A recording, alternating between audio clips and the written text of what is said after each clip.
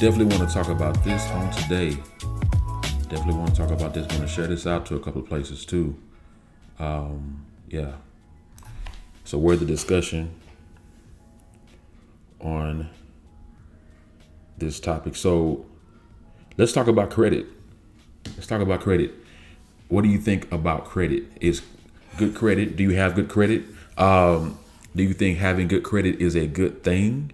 Let's talk about it today. Hi, I'm Pastor Julian, and this is Ask Pastor Julian. And on here, we always talk about entrepreneurship and empowerment. Entrepreneurship and empowerment. If you're following us on YouTube and you're liking the content that we're sharing, please consider subscribing to the channel, as well as clicking the bell notification so you'll be notified every time we bring up a new video. If you are following us here on Facebook, go ahead and like and begin commenting. I want to know your thoughts on this whole credit idea, credit issue.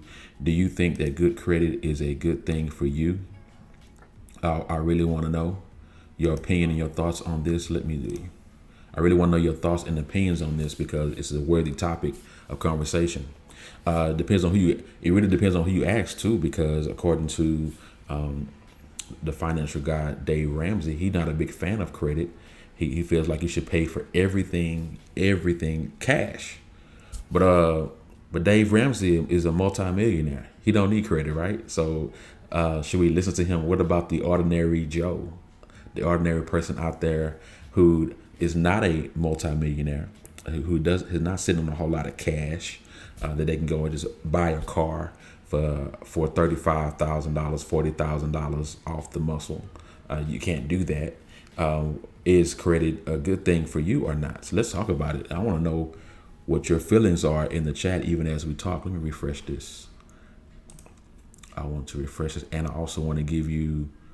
I'm going to talk about some scripture here. I'm going to definitely go into the scripture a little bit and talk about this as well. Let me see where we are here. Yeah. So as you come in, give me a holler. So grateful for you to be here today. We'll definitely talk about this and see what your thoughts are and your comments are. What do you feel about having good credit? Is good credit a good thing? And I'm going to give you my opinion on this right off the bat. To me, it depends. It really depends. What does it depend on? It depends on what you want to do with it. It depends on what you're trying to accomplish with it. And I'm saying this because I have a lot of friends who have a business where they're actually a financial business where they're doing credit repair. I have friends who are realtors who depend on the majority of their customers to have decent credit scores in order for them to purchase a home, and they get the benefit off of that purchase. When the home is purchased, they get a percentage of that. And a lot of that is them working with credit companies, credit repair companies, working with underwriters, working with all these people who touch your finances, touch your credit reports, pulling those credit reports to see where you are financially, and see if you can get approved for the house, the car, whatever it is that you want to purchase. So the car dealerships benefit, the realtors benefit, the banks benefit, but do you benefit? That's the question I would ask. Do you benefit from having a good credit score versus a bad credit score? And again, it depends on what you want to do with it. So what do you want to do with it? Most of us were first introduced to the whole credit issue in college. You went to college, and as you're walking down the mall area or whatever it is, it was the mall area with Sam Houston, but the area you're going through, you have these booths, these tables set up, and they say, "Hey, do you want a free T-shirt? Do you want a free T-shirt? And if you want a free T-shirt, fill out this credit application, and we'll get you a credit card, and you get a free T-shirt from this." And I want to know who else did you fall for the whole credit card scam where you got the free T-shirt? You got a free T-shirt for a credit card that you bought when you was an 18-year-old, 19-year-old, 20-year-old, and then you spend the next 5, 10, 20 years of your life trying to rehash and get your credit score back adjusted so that you can go buy something else. So I want to know who has had that issue. Who remembers the whole T-shirt ordeal for your credit card. You know, who remembers that? So I do want to go to the scripture right quick, because I think more importantly than credit, and it's up to you if you want to do the whole credit thing, because we have the old whole other people's money, OPM thing to consider. But I'm gonna tell you, I want to show you something that's even more important to me and my thoughts than having a credit score. If you are a person who has dealt with certain issues of debt in your life, I think it's important for you to make sure that you consider this. Hold on, let me look at this. I'm gonna bring this up. Here we go. Because what we've been told, let me go to this scripture, Proverbs chapter 22, what we've been told, and which I believe that the credit represents having a good name. So the Bible tells us in Proverbs 22 that a good name is rather to be chosen than riches, and loving favor rather than silver or gold. And a lot of times when we deal with credit issues, a lot of times we're thinking about, well, are you showing the creditors, are you showing those that you want to purchase from, that you have a good name, or you have established some type of credit to where you can say, okay, a person can trust you with a certain amount of credit, or let me say what it really is, a certain amount of debt, because with the debt that you're giving, you're going to owe it back. And that's why you have the folks like, the Dave Ramsey out there to say that, that credit is a I love debt signature. Basically, you're saying I love debt, because basically when you're saying that you have a good credit score, you're saying this is how much debt you can trust me with. You can trust me with $1,000. You can trust me with $10,000. You can trust me with $20,000.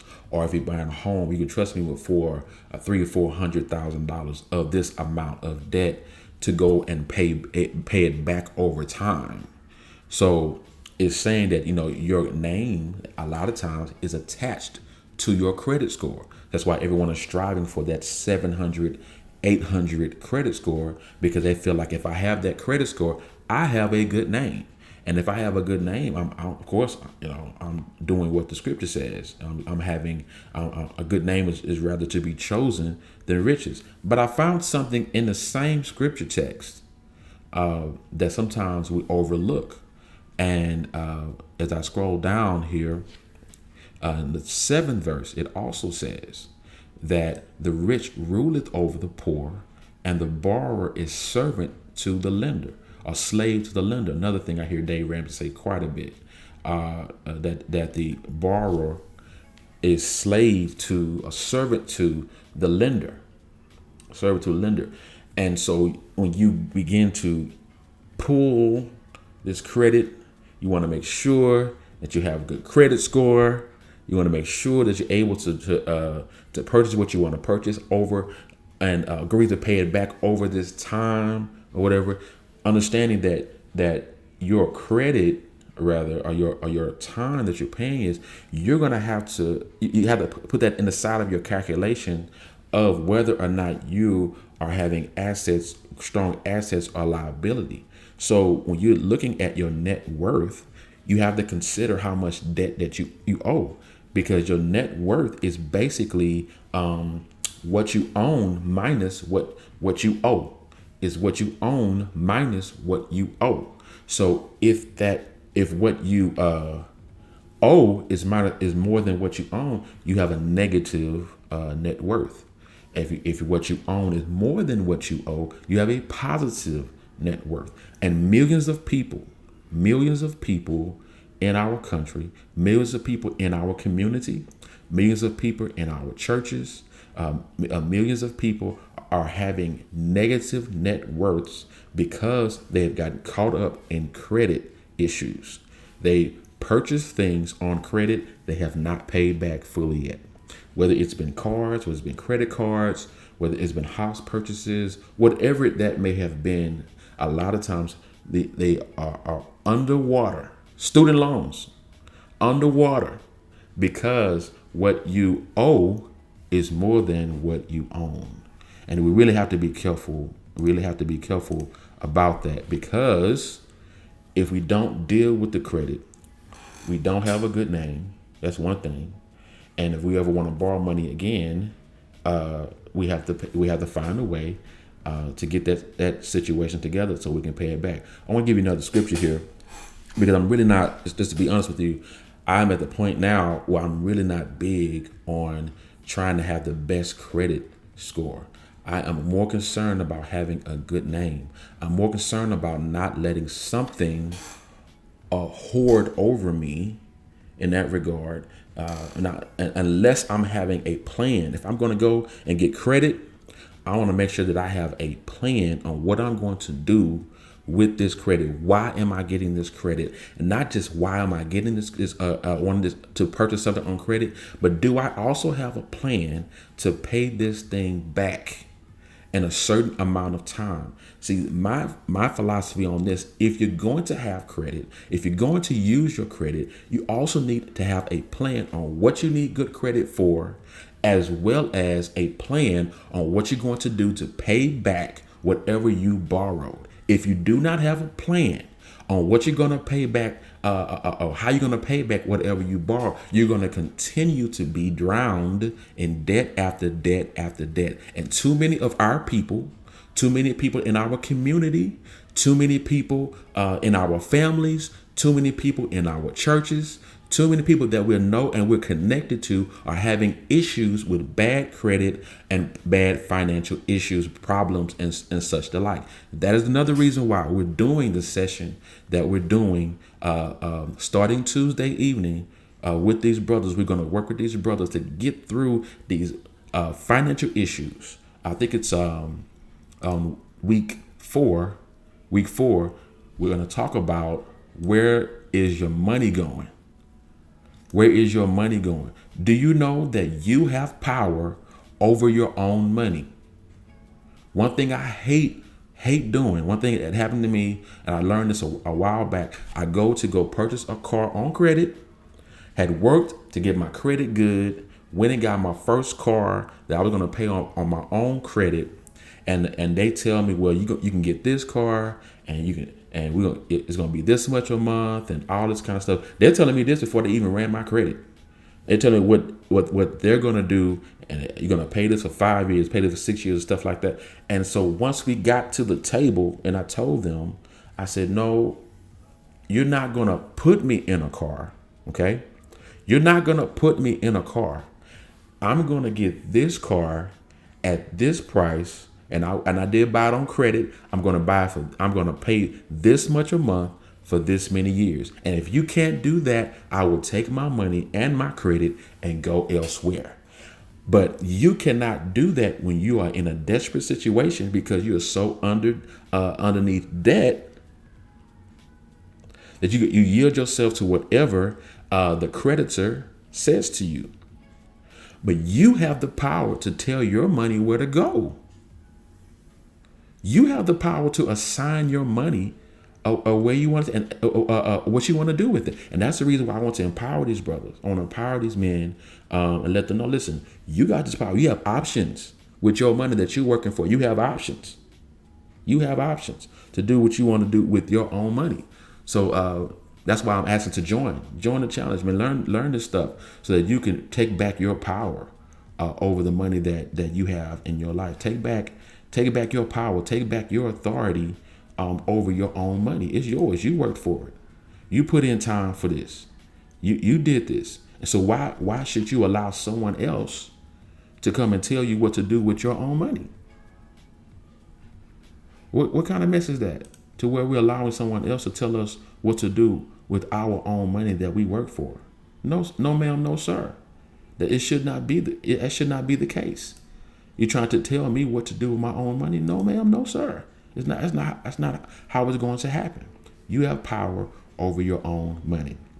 Now, I do believe this, and I'm going to go to the scripture, one more scripture, then I'm going to come back to this. Romans chapter 13. it does say in verse 7, it says, "Render therefore unto all their dues, tribute to whom tribute is due, custom to whom custom, fear to whom fear, honor to whom honor." Now, when it's talking about dues and tribute to whom tribute, it's talking about money. It's talking about taxes. Yes, you got to pay your taxes. You got to if you borrow something from someone, you should pay it back. It goes back to having that good name. I do believe that if you sign a promissory note, that you should be willing and guilty of paying what you borrowed back. Now, I know when it comes to student loans, everybody's waiting for, hoping that the student loans get forgiven, and I mean, I would love it too. Yes, I do. But I'm also asking God to help to show me how to get rid of all of that, all of my student loans, pay it off, and be done with it, be in the clear, and have that positive net worth that I want to have, extra positive net worth that I want to have. Because I don't want to owe anything to anybody. Because I do not want anyone hoarding over me what they've done for me or whatever. The only person I want to say that brought me through is God. So I want us to be mindful, be mindful of that. Okay, so let me recap here. So your credit, your power. If you're going to use credit, have good credit. You need to make sure that you have a plan on what you want to use your credit for, and have a plan of what you're going to do in order to pay back whatever you've used to get that, whatever you purchased with your credit. Make sure you have a plan to pay it back. Okay. You want to make sure that you have a positive net worth. Yeah. Pay back what you said you're going to pay back. And you want to make sure that you're in the clear on all of this, if you're going to use credit at all. So it's up to you if you want to do this, up to you if you want to challenge yourself, because you want to get to the place of ownership, and not just, and he called us to be the lender, not the borrower, the header, not the tail. We have to get to that place by eliminating our debt. So whether you're going to use credit or not, I would implore you to at least get rid of your debt. Get rid of all of your debt if possible, as quickly as possible. Get rid of your debt. And also, I want to implore you to join our challenge. Click on the link in the description and join the challenge. Meet here on every Tuesday night, starting June the 28th, from 8 to 9. We're going to be talking about the issues that deal with men. And if you are a lady, a woman who's watching this, and you want to sponsor a man, go ahead and sponsor a man, because you love them, you believe in them, you want to pour into them, invest into them. When we talk a whole lot about investing and pouring into each other, it's a great time to invest into a brother, a young brother, a man that you love and concerned about. Invest into them. If you're a brother who wants to bring another brother aboard, do that, because we're going to make sure that we empower these brothers in these next 5 weeks. All right. So click the link, go ahead and enroll, get started. I'll see you on the inside. Again, if you enjoyed this video, please like, please share, please comment. If you're on YouTube watching, make sure to click on the subscribe button to subscribe to my channel, as well as the notification bell that you'll be notified. So you'll be notified every time we bring up a new video. And until the next time, until the next video, you be empowered. Love you much.